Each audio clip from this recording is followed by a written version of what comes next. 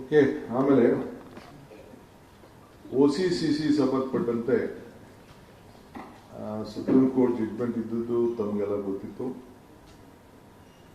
60-40 plus 20% up and down ಅದಕ್ಕೆ permission ಕೊಟ್ಟಿತ್ತು. ಬಹಳ ಹಳ್ಳಿಗಳಿಂದ ಮತ್ತೊಂದಿಂದ ರಿಕ್ವೆಸ್ಟ್ ಇತ್ತು, ಅವ್ರಿಗೆಲ್ಲ ಎಕ್ಸಾಮ್ ಮಾಡಬೇಕು ಅಲ್ಲಿವರೆಗೂ ಅಂತೇಳಿ ರೆಸಿಡೆನ್ಷಿಯಲ್ಗೆಲ್ಲ ಭಾಳ ಒತ್ತಡ ಇತ್ತು. ಅದಕ್ಕೆ ನಾವು ಒಪ್ಪಿದ್ದು. ಸೊ ಅದಕ್ಕೆ extension last date of application, ನಾವು ಅಪ್ಲಿಕೇಶನ್ ಹಾಕಿಲ್ಲ, ನಾವು ಬಿಲ್ಡಿಂಗ್ ಕಟ್ಬಿಟ್ಟಿದ್ವಿ ಅಂತೆಲ್ಲ ಹೇಳ್ತಾ ಇದ್ರು.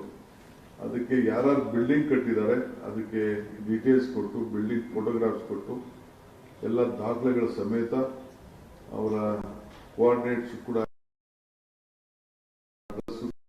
ಸಮೇತ 15ನೇ ತಾರೀಕುವರೆಗೂ ಅಪ್ಲಿಕೇಶನ್ ಹಾಕೊಳ್ಳಿಕ್ಕೆ ಅವಕಾಶವನ್ನು ಕೊಟ್ಟಿದ್ದೇವೆ.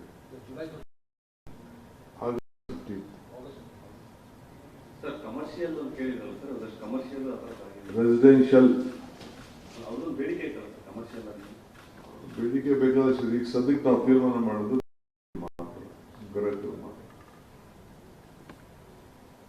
ನಾನು ಕೋರ್ಟ್ ಗಮನ ಇಟ್ಕೊಂಡೇ ಕೆಲಸ ಮಾಡ್ಬೇಕಲ್ಲಪ್ಪ. ಸುಪ್ರೀಂ ಕೋರ್ಟ್ ಆಮೇಲೆ ಡ್ರಾಫ್ಟ್